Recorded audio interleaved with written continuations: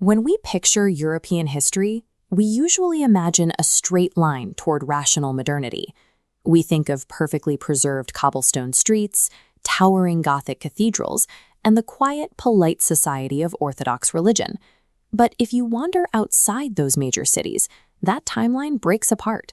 In fact, if you rush down a sunny street in certain rural towns, you might have to stop right here. Because right in the middle of the modern era, people are practicing rituals that feel completely out of place. This is El Colacho, a festival in Castrillo de Murcia, Spain. A man dressed as the devil sprints down the street and launches himself over rows of actual infants. The townspeople believe this literal, physical leap absorbs the original sin right out of the babies as he passes over them. The locals embrace this terrifying, high-stakes baptism with total enthusiasm. Meanwhile, the Vatican has spent centuries issuing official condemnations, urging the village to stick to a standard, safe splash of holy water. The village, however, simply refuses to stop. This friction between the villagers and the church reveals a cultural struggle that has lasted for a millennium.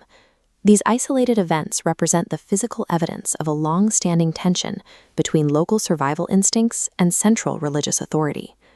Long before the comforts of modern science, a harsh winter or a late frost meant famine.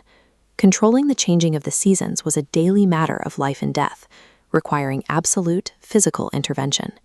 In Poland, you don't politely wait for the cold to leave, you violently destroy it.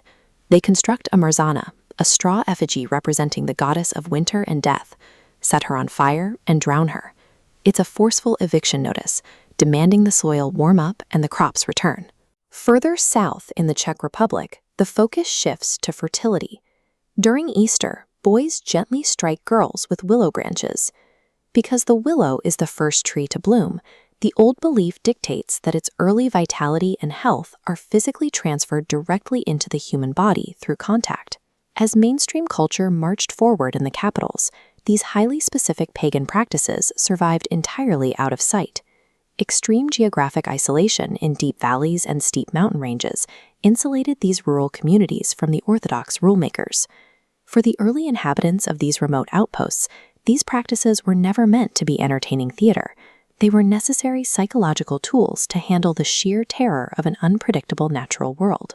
Look at this calendar of the ancient year. To absorb these deeply ingrained festivals, Christian authorities mapped their new holidays directly over the pagan solstices. The timing stayed the same, but the theology was rebranded. Primal celebrations of the sun became feast days for saints. Sometimes this compromise was entirely literal. In Italy, an ancient pagan cult dedicated to warding off snake bites and toothaches was preserved by simply taking a Catholic statue of Saint Dominic and having it draped entirely in live, slithering snakes. Up in the Alps, the church introduced the polite, giving nature of St. Nicholas to handle the light of December, but the isolated mountain communities still felt the psychological weight of the dark, punishing winter, so the church allowed a dark companion to stick around. Krampus, a massive horned beast, was retained to personify the terrors of the deep cold and to explicitly punish wicked behavior. This arrangement birthed a highly specific theological compromise known as ludic faith. It is the radical belief that the divine can actually be worshipped through humor, playfulness, and theatrical rule-breaking. The old gods never really vanished from the continent. They successfully negotiated their survival by changing their clothes to fit inside a Christian framework. Today, we have central heating, modern medicine, and global supply chains. We don't need magic to ward off frostbite or guarantee a wheat harvest. So why do modern populations still pour immense time and money into keeping these obsolete tools alive? The answer lies in the intense communal effort required to pull them off. In Scotland, the Up Helliau festival demands months of shared labor.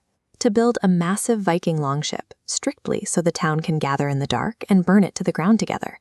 The spectacle of the fire serves as a bridge to a practical social end. In Bessières, France, the community gathers to crack 15,000 eggs into a single pan, feeding thousands of neighbors from a shared source. To fully participate in that collective release, individuals need a way to step out of their polite, everyday routines.